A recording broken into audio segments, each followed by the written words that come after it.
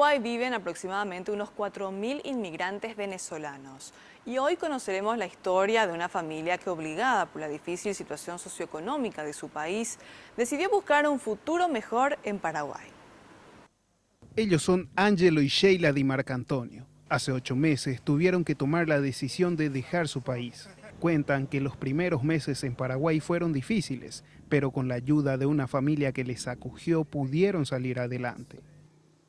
En las condiciones que está es imposible poder vivir en esas condiciones. No hay nada hay, absolutamente nada de comida. La gente muere de hambre. Nosotros hemos aprendido a valorar, no echamos la basura la comida, porque sabemos y vimos niños venezolanos comer de la basura. Hoy se sustentan gracias a este puesto que montaron sobre la avenida de la Victoria en el barrio San Pablo, en el que venden comidas típicas venezolanas como las arepas y las cachapas. Estas son las cachapas, que es una comida a base de choclo que realmente el paraguayo también la come como tal. Te vienen con relleno de lomito, de pollo, de chancho.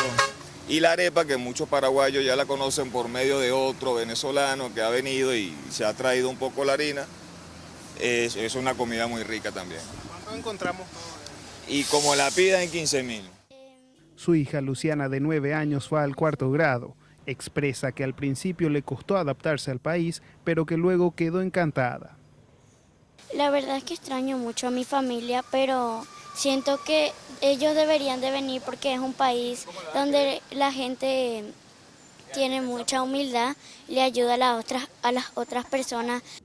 Ángelo y Sheila tienen otras 2 hijas a quienes pretenden traer a Paraguay. Finalmente quisieron dejar esta reflexión.